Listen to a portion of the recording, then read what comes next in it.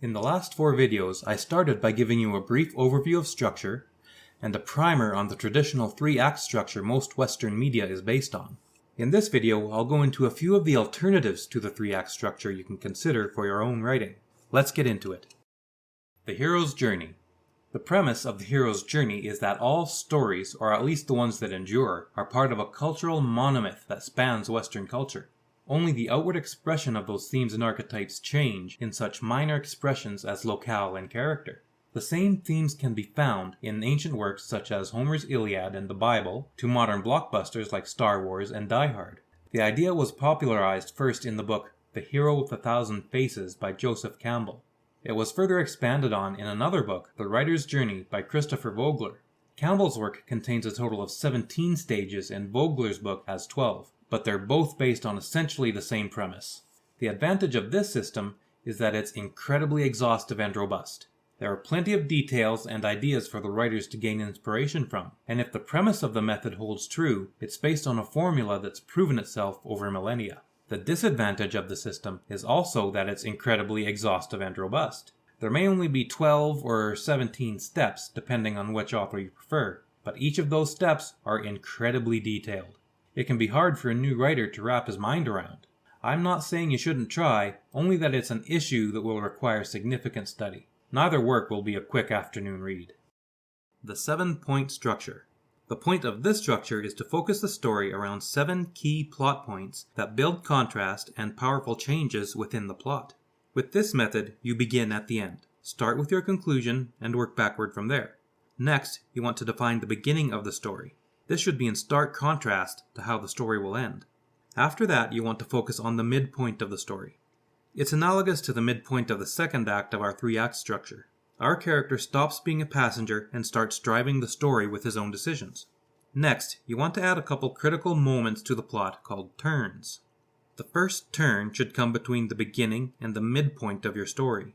This one is analogous to the inciting incident of the first act of a 3-act story.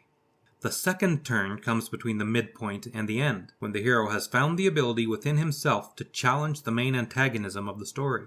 This seems roughly analogous to the pre-climax-climax of the 3-act story structure.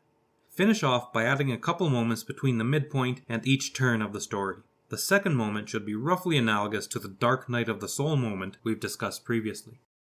The 15 beats method, or Save the Cat.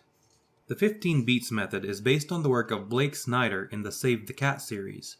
There are more books than I care to mention here, but the 2 most important, in my opinion, are Save the Cat by Blake Snyder and Save the Cat Writes a Novel by Jessica Brody.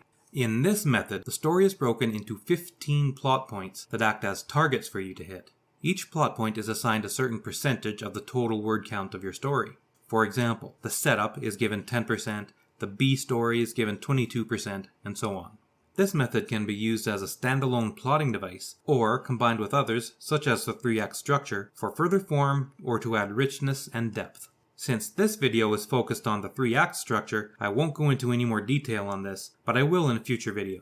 If you want to see more now, check out the resources section of this video. Before we continue, don't forget to like, subscribe, and ding the bell so YouTube will notify you when I upload new videos. And don't forget to check the description of this video for book recommendations, as well as all the tools and resources I use in my writing and video production. Back to the video. The Japanese 4-act structure, or Kishotenketsu. At first, the structure seems analogous to Western 3-act structure. You start with the character minding his own business in his ordinary world. This is the first act. The second act begins as you would expect, with the character experiencing an inciting incident and call to adventure. The difference comes in the third act, where a twist in the plot changes our entire perception of what came before. Our expectations are entirely turned on their head. Western media might have the character take charge of their destiny and drive the plot from here. But in this style, the purpose of the third and fourth act are to allow the characters to come to terms with the twist and deal with its consequences. It's somewhat analogous to ancient Middle Eastern literature in this regard. In ancient Middle Eastern literature, the climax of the story doesn't occur at the end of the story. Rather, it occurs in the middle, and characters spend much of the last half of the story coming to terms with the events of the first half. Dan Harmons Story Circle. The Story Circle was designed by Dan Harmon, creator of shows such as Community and Rick and Morty. It's robust enough to frame a well-contemplated story, but simple enough for a neophyte author to grab onto.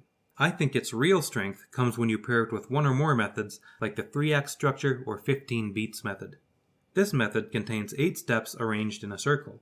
The circle is divided into sections, much like a freshly sliced pie, with each section visualizing one point on the plot. This is an important visual as it allows you to see important information at a glance. Since the circle is divided into 8 equal pieces, each piece has a corresponding piece on the other side of the circle. These pieces mirror each other and give you clues to how the story could proceed. For instance, Stage 1, the normal world of the hero, corresponds to Stage 5, being squarely in the center of the second act. At this point, the hero should be in the meeting with the goddess stage, which is a place of security where secrets are revealed. So the heroes have gone from a place of comfort and safety, where they have questions but no answers, to another place of safety, where their questions have been answered. But this isn't necessarily good news, as the answers they get aren't the answers they want to hear. It's also worth noting that the 8 sections of the circle can also be broken into quadrants. The result could be seen as a 4-act story instead of a 3-act story, something like a westernized Kishotenketsu. I won't go into any more detail here, as I have another video planned on the story circle soon in the series, but I find it quite interesting. The String of Pearls method. This strategy wasn't called the String of Pearls method when I found it in my research. The writer of the original article likened a screenplay, or any story presumably, to a collection of memorable moments strung together like pearls on a string. He never named the process, but the String of Pearls method seemed apropos to me, thus the name. You can check out the method in greater detail by clicking on the link I provide in the resources section for this video.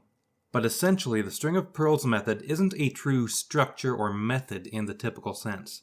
Rather, it's an 8-step process of discovery where you identify key moments like snapshots in your story and string them together like pearls on a string. Then, you write scenes both leading up to each moment and scenes as a result of each moment. The result, according to the author of the article, is a story full of memorable scenes for the audience to relate to.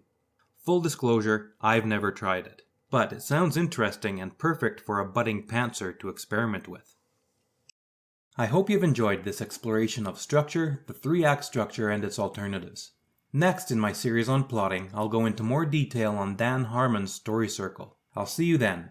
Good writing, and Calamus Gladio Fortior.